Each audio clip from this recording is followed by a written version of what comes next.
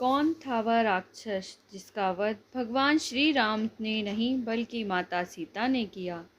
रावण की मृत्यु के बाद प्रभु श्री राम रावण के छोटे भाई विभीषण को लंका का सारा राजपाट सौंपकर अयोध्या लौट आए और स्वयं अयोध्या का राजपाट चलाने लगे। एक दिन जब प्रभु श्री राम अपनी राजसभा में बैठे थे, उसी समय अचानक लंका के राजा विभीषण भी राजसभा में पहुंच गए।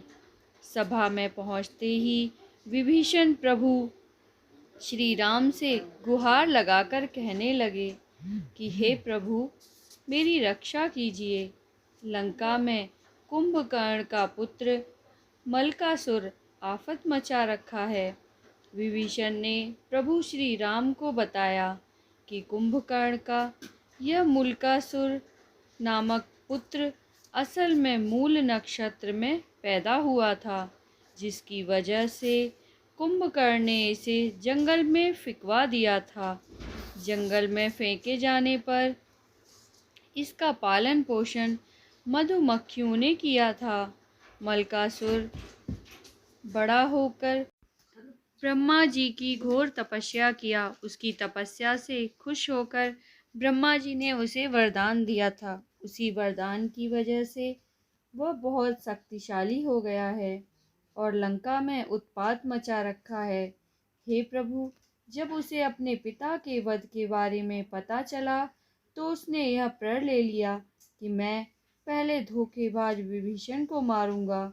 इसके बाद राम को विभीषण की बात सुनकर प्रभु श्री राम ने हनुमान और लक्ष्मण को सेना लेकर लंका भेज दिया। इधर जैसे ही मूलकासुर को राम की सेना के आने की बात पता चली तो वह भी अपनी सेना के साथ लंका के बाहर आ गया। दोनों सेनाओं के बीच करीब 7 दिनों तक घोर युद्ध चलता रहा, लेकिन मुलकासुर अकेले ही श्री राम की सेना पर भारी पड़ रहा था। उधर प्रभु श्री राम जब अपने मंत्री सहित लंका पहुँचे तो उन्हें भी युद्ध के बारे में पता चला, जिससे वे चिंतित हो गए।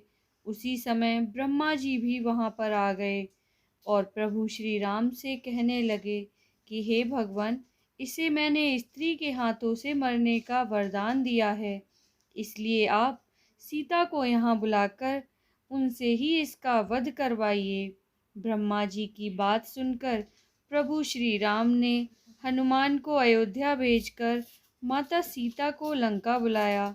लंका पहुँचने पर प्रभु श्री राम ने माता सीता को मूलकासुर के बारे में पूरी बातें बताईं। प्रभु श्री राम की बात सुनकर माता सीता को क्रोध आ गया। क्रोध में ही उनके शरीर से एक तामसी शक्ति निकल पड़ी। यह शक्ति सीता की छाया में चंडी का रूप धारण कर लंका की तरफ चल पड़ी। उधर प्रभु श्री राम का इशारा पाकर वानर सेना मूलकासुर की तांत्रिक क्रिया को तहस नहस करने लगी, जिस पर मूलकासुर क्रोध में अपनी तांत्रिक क्रिया को छोड़कर वानरों को खाने के लिए उनके पीछे दौड़ पड़ा। वानरों के पीछे दौड़ते दौड़ते वह युद्ध के मैदान तक आ गया।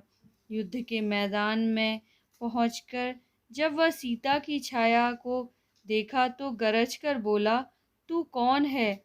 इस पर सीता की छाया ने गर्जना करते हुए कहा कि मैं तुम्हारी मौत चंडी हूँ। तूने मेरा नाम लेने वाले ऋषि मुनियों को खा डाला था, इसलिए अब मैं तुम्हें मारकर उसका बदला लूँगी। इतना कहकर छाया सीता ने मलकासुर पर 5 बाण चलाए। दोनों में घोर युद्ध हुआ। अंत में छाया सीता ने चंडिकास्त्र का प्रयोग करते हुए मूलकासुर का वध कर दिया। मूलकासुर का वध करने के बाद छाया सीता वापस लौटकर माता सीता के शरीर में प्रवेश कर गई।